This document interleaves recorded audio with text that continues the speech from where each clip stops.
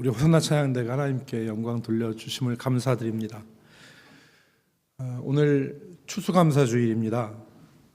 성경은 우리에게 감사에 대해서 많은 말씀을 우리에게 전하고 있습니다. 감사에 대해서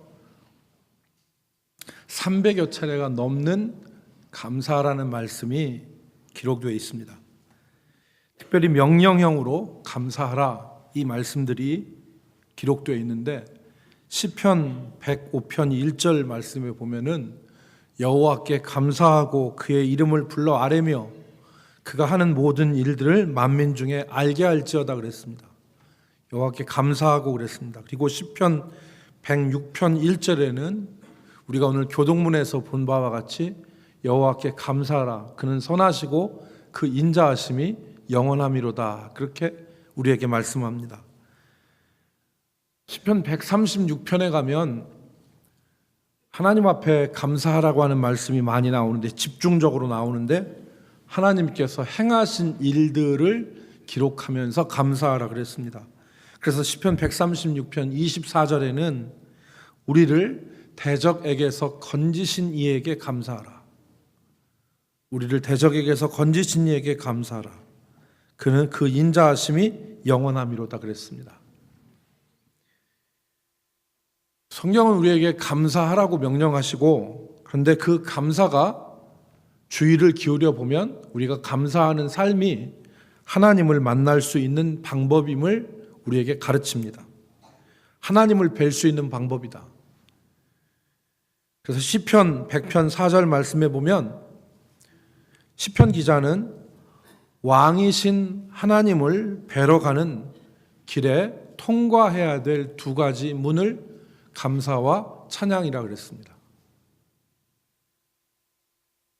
그러니까 왕이 성중에 계시고 또 그 왕은 성 가운데 궁궐에 있는데 시편 기자가 그렇게 100편 4절에서 감사함으로 그의 문에 들어가며 찬송함으로 그의 궁정에 들어가서 그에게 감사하며 그의 이름을 송축할지어다 그랬습니다.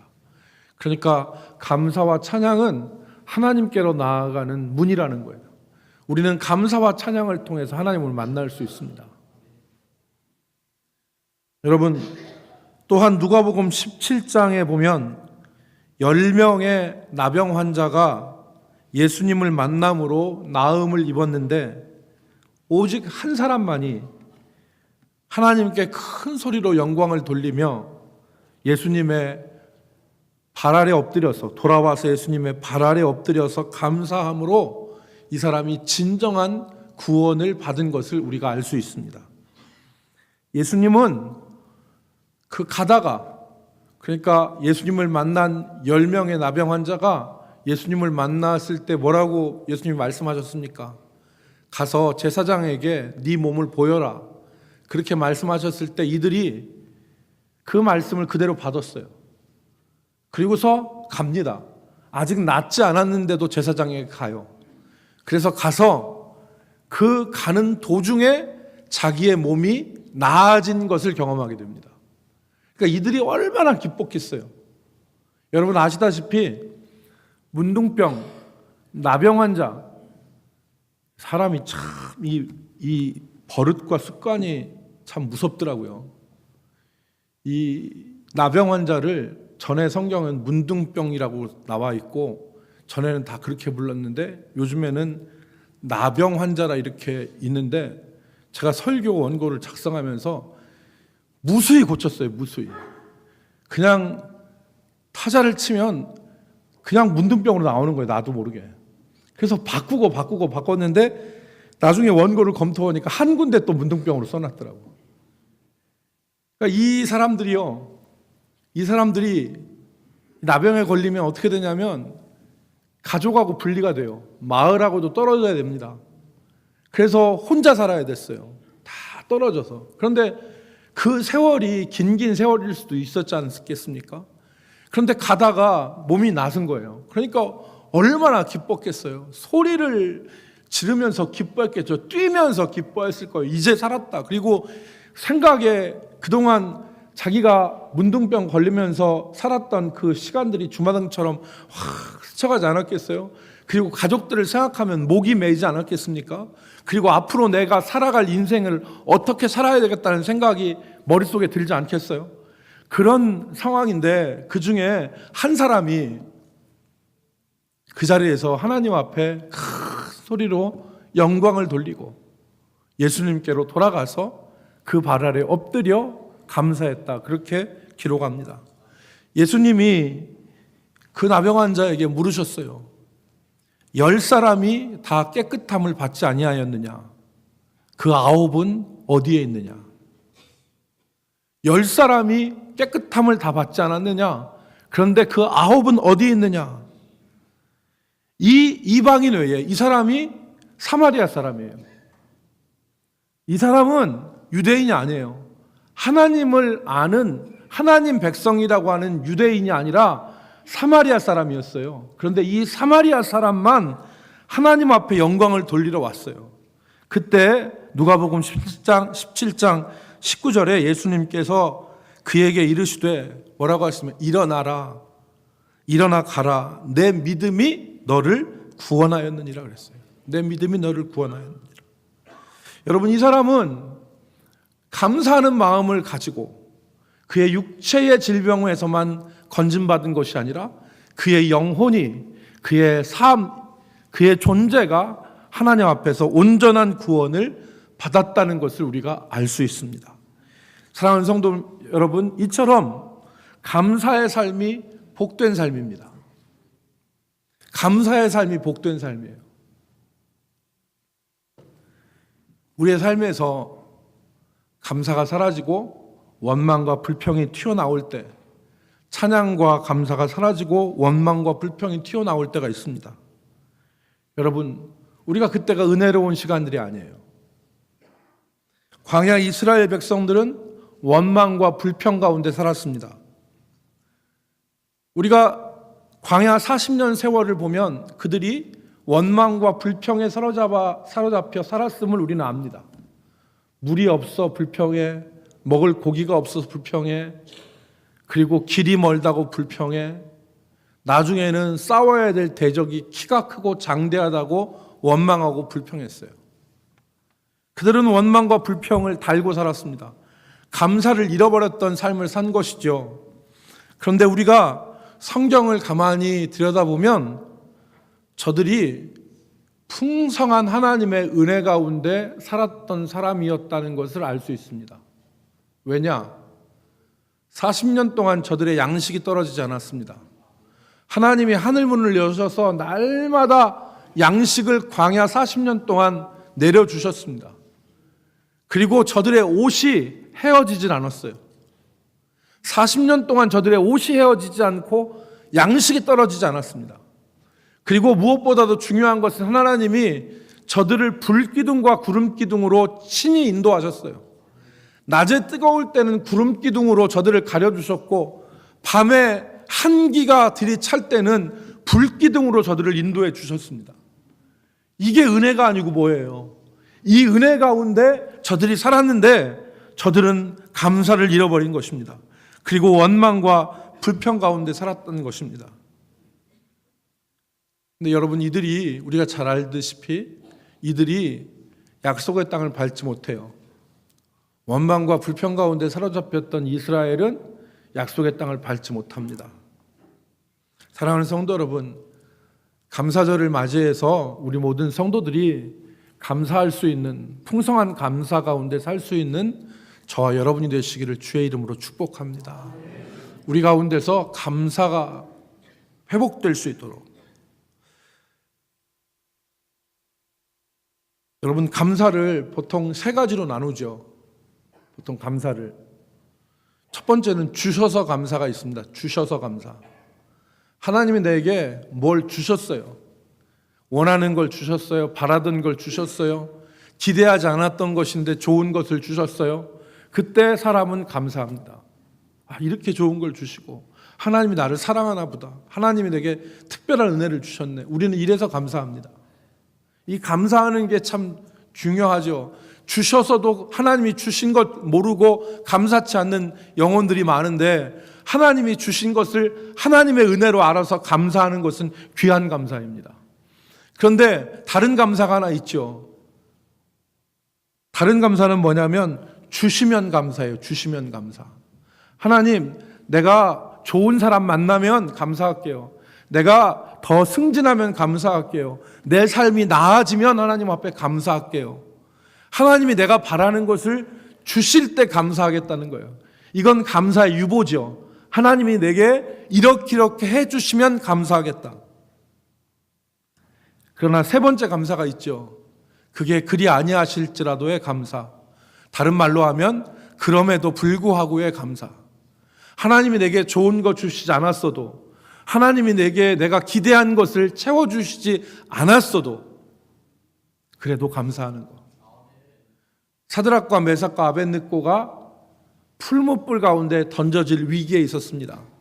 바벨론 느부갓네살 왕이 큰 신상을 만들어 놓고 거기에 절하라고 했을 때 절 못한다고 하니까 풀무불에 집어 던지겠다는 거예요. 그랬을 때 사드락과 메삭과 아벳느고가 뭐라고 했습니까? 느부갓네살 왕이요, 이 풀무불에서 당신이 우리를 던지신다 할지라도 이 풀무불에서 우리 하나님이 우리를 지켜주실 것을 우리는 믿습니다. 그러나 그리 아니하실지라도 우리는 왕이 세운 저 신들을 섬기지 않을 것이고 왕이 세운 저 신상들에게 절하지 않을 것입니다. 그리 아니하실지라도 우리의 믿음으로 하나님 앞에 감사할 수 있는 거예요. 여러분, 어쨌든 감사하시기 바랍니다. 주셔서도 감사하고 주실 것을 바라보고도 감사하고 그리 아니하셨음에도 불구하고 감사할 수 있기를 주님의 이름으로 축복합니다. 여러분, 오늘 우리가 읽은 본문 17절 말씀에 보면 여호와의 인자하심은 자기를 경외하는 자에게 영원부터 영원까지 이르며 그의 공의는 자손에게 이르리니 그랬습니다. 하나님의 인자하심, 하나님의 사랑하심이, 하나님의 헤세드가, 하나님의 이 사랑, 헤세드가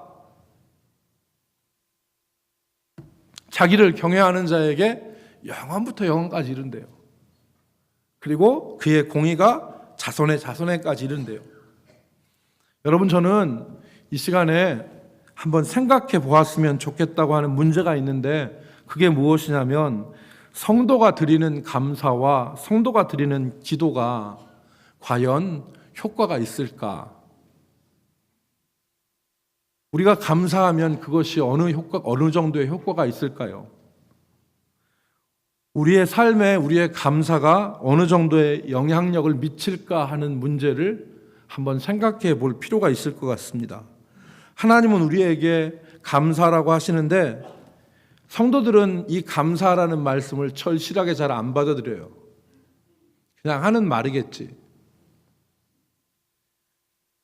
이 문제는 다른 문제로 이렇게 치환해서 생각해 볼 수 있는데, 그게 뭐냐면 하나님이 우리에게 기도하라고 하시는데 기도가 우리의 삶에 어떠한 영향력을 미치고 어떠한 만큼의 그 효과를 끼치는가 하는 문제로도 바꿔서 생각해 볼 수 있습니다. 스탠리 그랜츠라고 하는 그 학자가 기도라는 책을 썼는데요. 기도가 우리 삶에 어떠한 영향을 미치는가라는 문제를 연구했습니다. 기도는 우리의 삶에 어떤 역할을 하는가, 이 문제에 대해서 연구를 했습니다. 저는 오늘 이 부분을 같이 살펴보므로 우리가 감사하는 것이 우리의 삶에 어떤 영향을 미치는가에 대해서 잠시 생각해 보고자 합니다. 많은 사람들이 기도를 다양하게 인식을 합니다. 기독교는 기도의 종교죠. 대부분의 사람들이 이 기도에 대해서 많이 생각을 하고, 오히려 안 믿는 사람들도 내가 당신에게 기도해 주겠습니다라고 하면 기도하는 거는 싫어하지 않아요.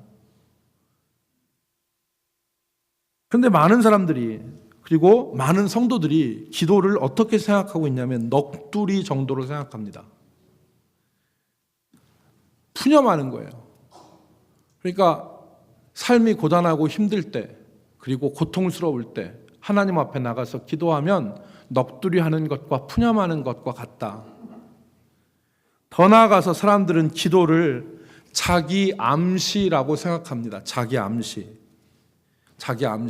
기도함으로 자기의 생각을 강화하고 자기의 마음을 다지고 그래서 더욱더 굳건한 심령으로 삶을 살아갈 수 있는 자기 암시로 기도를 생각합니다. 조는 사람들은 내가 이게 진실인 줄 알고 지금 믿고 있을 거란 말이야. 졸지 마세요. 그럼 목사님이 기도는 자기 암시래. 목사님이 기도는 넋두리래. 이렇게 얘기하면 가서 밖에 나가면 내가 이상한 사람이 되잖아요. 그죠? 지금은 내가 바른 얘기를 해주는 게 아니에요. 아닌 얘기를 해주는 거예요. 무슨 말씀인지 아시겠죠? 예? 찬양도 아시겠죠? 예. 기도를 넋두리나 자기 암시로 생각하는 사람들이 있습니다. 대표적인 생각이 기도는 마음의 수양이다. 기도할 때 마음의 분노를 가라앉힐 수 있고, 기도할 때 괴로운 심정도 평안을 찾을 수 있고, 그리고 화가 나고 분노가 하는 상황에서 자기 마음을 다스리는 마음의 수양이 기도다. 이렇게 생각하는 사람들이 많습니다. 그런데 스탠리 그랜츠라고 하는 이 분이 기도할 때, 한 사람이 기도할 때 그 기도가 어떠한 영향을 미치는지 4가지 차원에서 이야기를 했습니다. 물론 자기의 생각이 아니라 성경에서 찾아서 4가지를 얘기했습니다. 여러분, 제가 왜 기도에 대해서 예를 들자면 아까도 말씀드렸다시피 감사하라고 하는 얘기를 우리는 그냥 귀넘어 들어요. 추수감사절에 한 번 하는 이야기, 혹은 하나님이 우리를 그냥 하시는 이야기, 이 정도로 알아듣거든요. 그런데 성경을 보면 그게 아니라고요. 그게 아니라는 걸 밝히기 위해서 기도에 대한 얘기를 하는 겁니다. 첫 번째, 기도는 기도하는 사람 자신에게 영향을 미칩니다. 기도는 기도하는 그 사람에게 영향을 미쳐요. 여러분, 기도하는 사람이 변해요. 기도하다 보면 기도하는 사람이 변합니다. 사도행전 4장 31절 말씀에 보면 초대교회 성도들이 기도했을 때 일어난 일이 있어요. 초대교회 성도들이 대제사장들과 관원들에 의해서 너희들 하나님 말씀 전하지 말아라 위협과 압박을 받았습니다. 그런데 이들이 기도했습니다. 모여서. 그랬더니 사도행전 4장 31절에 빌기를 다함에 모인 곳이 진동하더니 무리가 성령이 충만하여 담대히 하나님의 말씀을 전하니라 그랬습니다. 기도했을 때 기도하는 성도들에게 변화가 생긴 겁니다. 저들이 성령 충만하여 담대히 하나님의 말씀을 전하게 된 거예요. 기도하기 이전에는 저들은 대제사장들과 유대인들의 위협으로 움츠려 있었는데 그랬는데 기도하니까 상황이 바뀐 것입니다. 시편 118편 5절과 6절에 보니까 내가 고통 중에 여호와께 부르짖었더니 여호와께서 응답하시고 나를 넓은 곳에 세우셨도다. 6절 여호와는 내 편시라 내가 두려워하지 아니하리니 사람이 내게 어찌할까 그랬습니다. 내가 고통 중에서 하나님 앞에 부르짖었더니 하나님이 나에게 응답하시고 나를 광활한 곳, 여기 성경에는 나를 넓은 곳으로 세우셨는데 개역 성경에 보면 나를 광활한 곳에 세우셨다 그랬어요. 이거는 지형적으로 광활한 곳이 아닙니다. 하나님이 내 마음의 지경을 넓히신 거예요. 하나님이 내 마음을 담대하게 하신 거예요. 그래서 내가 하나님이 내 편이신데 내가 누구를 두려워하리요? 사람이 내게 어찌할꼬? 기도하면 바뀝니다. 기도하다 보면 하나님의 뜻 가운데서 기도하다 보면 내가 변해요. 빌립보서 4장 6절과 7절 말씀에 보면 우리가 잘 아는 말씀이죠. 아무것도 염려하지 말고 오직 모든 일에 기도와 간구로 너희 구할 것을 감사함으로 하나님께 아뢰라. 그리하면 모든 지각에 뛰어난 하나님의 평강이 너희 마음과 생각을 지키시리라. 기도할 때 기도하는 사람이 변합니다. 기도하는 사람이 달라져요. 두 번째, 기도하면 기도를 통해서 다른 사람의 삶에 영향을 미칠 수 있습니다. 우리의 기도로 다른 사람의 삶에 영향을 미칩니다. 여러분, 에베소서 3장 16절 이하에 보면 바울 사도가 에베소 교회 성도들을 위해서 기도하는 것을 볼 수 있습니다. 바울의 기도의 중심은 무엇이었냐면 그 에베소 교인들의 변화와 성장이었습니다. 에베소 3장 16절 17절 그의 영광의 풍성함을 따라 그의 성령으로 말미암아 너희 속사람을 능력으로 강건하게 하시오며 믿음으로 말미암아 그리스도께서 너희 마음에 계시게 하시옵고 너희가 사랑 가운데서 뿌리가 박히고 터가 굳어져서 바울 사도는 에베소 교회 교인들이 속사람이 강건해지는 것을 위해서 기도했습니다. 그리고 그들이 사랑 가운데서 뿌리가 내리고 터가 온전하여 굳어지는 것을 위해서 기도했습니다. 바울 사도는 신약 성경 27권 가운데 13권 이상을 기록한 사람입니다. 그런데 이 사람이 이 성경을 기록한 하나님이 영감으로 쓰신 사람이 되도 않는 일을 위해서 기도하겠습니까? 아니죠. 너희 속사람을 강건케 하시고 너희가 그리스도의 믿음 안에서 뿌리가 내리고 그리고 사랑 안에서 터가 굳어지는 역사를 위해서 기도한 것입니다. 여러분, 한 구절 더 있습니다. 야고보서 5장 14절 15절 말씀해 보면 우리가 기도할 때 우리가 그들을 위해서 기도하는 그 사람이 변화되는 것을 성경은 말씀합니다. 같이 읽습니다. 14절 15절 야고보서 5장 14절 15절 너희 중에 시작 너희 중에 병든 자가 있느냐 그는 교회의 장로들을 청할 것이요 그들은 주의 이름으로 기름을 바르며 그를 위하여 기도할지니라 믿음의 기도는 병든 자를 구원하리니 주께서 그를 일으키시리라 혹시 죄를 범하였을지라도 사하심을 받으리라. 아멘. 여러분, 여기서 기도하면 믿음으로 기도하면 병든 자를 구원한다는 겁니다. 주께서 그를 일으키신다는 거예요. 여러분, 이게 우리가 수능시험이 끝났습니다. 그런데 수능시험이 끝나기 전에 수많은 부모들이 같이 잠을 자지 않고 같이 아이들을 위해서 기도합니다. 왜 그렇습니까? 우리가 잠을 안 자고 기도한다고 해서 아무런 상관이 없으면 왜 그렇게 하겠어요? 그러나 우리가 하나님 앞에 기도할 때 그 기도하는 사람에게 변화가 일어나는 하나님의 기도의 메커니즘이 있기 때문에 기도하는 것입니다.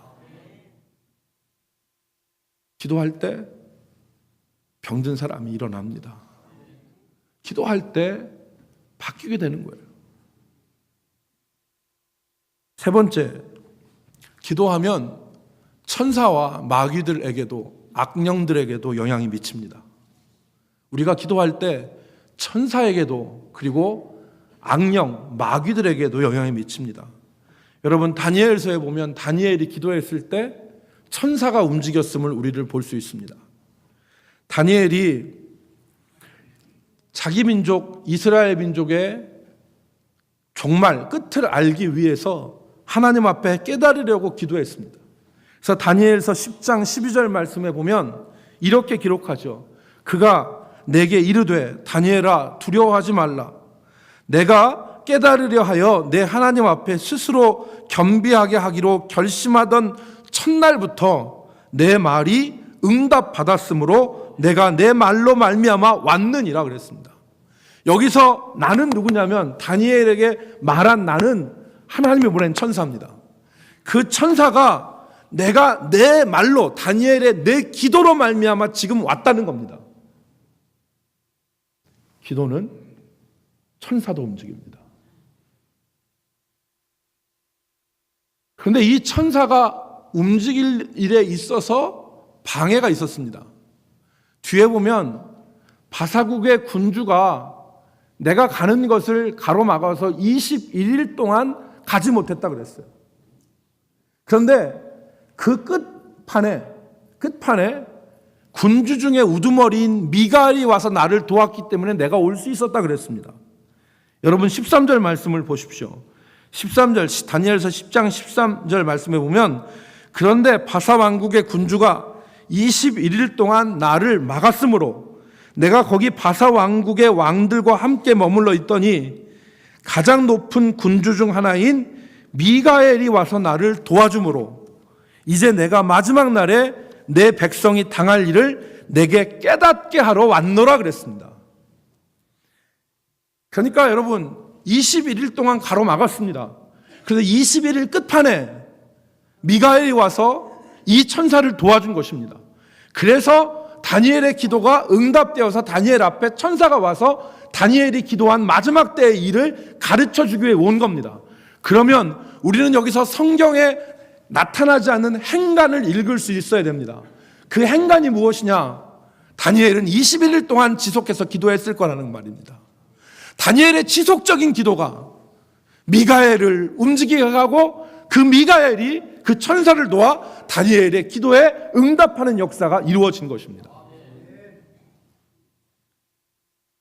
예수님이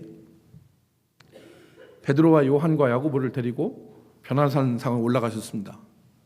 그래서 변화산상에서 예수님이 그들과 함께 계시고 산 아래로 내려오니까 산 아래에서는 소동이 벌어졌습니다. 어떤 소동이었습니까? 한 부모가 귀신 들린 아이를 데리고 와서 제자 9명에 고쳐달라고 하니까 제자들이 고치지 못했습니다. 그때 예수님께서 그 귀신 들린 아이를 고치셨습니다. 후에 제자들이 어떻게 우리는 고치지 못했는데 주님은 고칠 수 있었습니까? 라고 물었을 때 마가복음 9장 29절에 예수님이 뭐라고 말씀하셨느냐? 기도 외에는 다른 것으로는 이런 유가 나갈 수가 없느니라 그랬습니다. 그러니까 귀신을 쫓을 수 있는 유일한 방법이 뭐다? 기도 외에는 없다. 그러니까 정리가 되죠, 여러분. 정리가 되는 겁니다. 기도는 나 자신을 기도하는 사람을 변화시킵니다. 기도는 우리가 위하여 기도하는 사람들에게 변화를 일으킵니다. 세 번째, 기도는 우리에게 저 영적인 세계를 움직일 수 있는 힘을 주는 것이죠. 마지막, 기도는 하나님께서 움직이게 합니다. 기도는 하나님께서 움직이게 해요. 요나가 니느웨 성으로 가야 되는데 니느웨로 가지 않고 다시스 배를 탑니다. 요나가 왜 니느웨로 가기 싫어했습니까? 니느웨로 가서 하나님 말씀대로 니느웨 가서 성에 가서 회개하라고 선포하면 니느웨 사람들이 회개하고 하나님 앞에 기도하면 하나님이 니느웨 성을 멸망하시기로 한 그 계획을 접으시고 그 성을 다시 살리실 것이 싫어서 요나가 하나님을 보니까 하나님이 겸비해서 회개하면 뜻을 돌이키시라는 분이라는 것을 알았던 거죠. 그러니까 안 간 겁니다. 그게 싫어서 요나는 니느웨로 안 간 거예요. 예레미야 선지자가 예레미야 18장 7절과 8절에서 말합니다. 여러분 같이 읽읍시다. 예레미야 18장 7절 8절 내가 시작.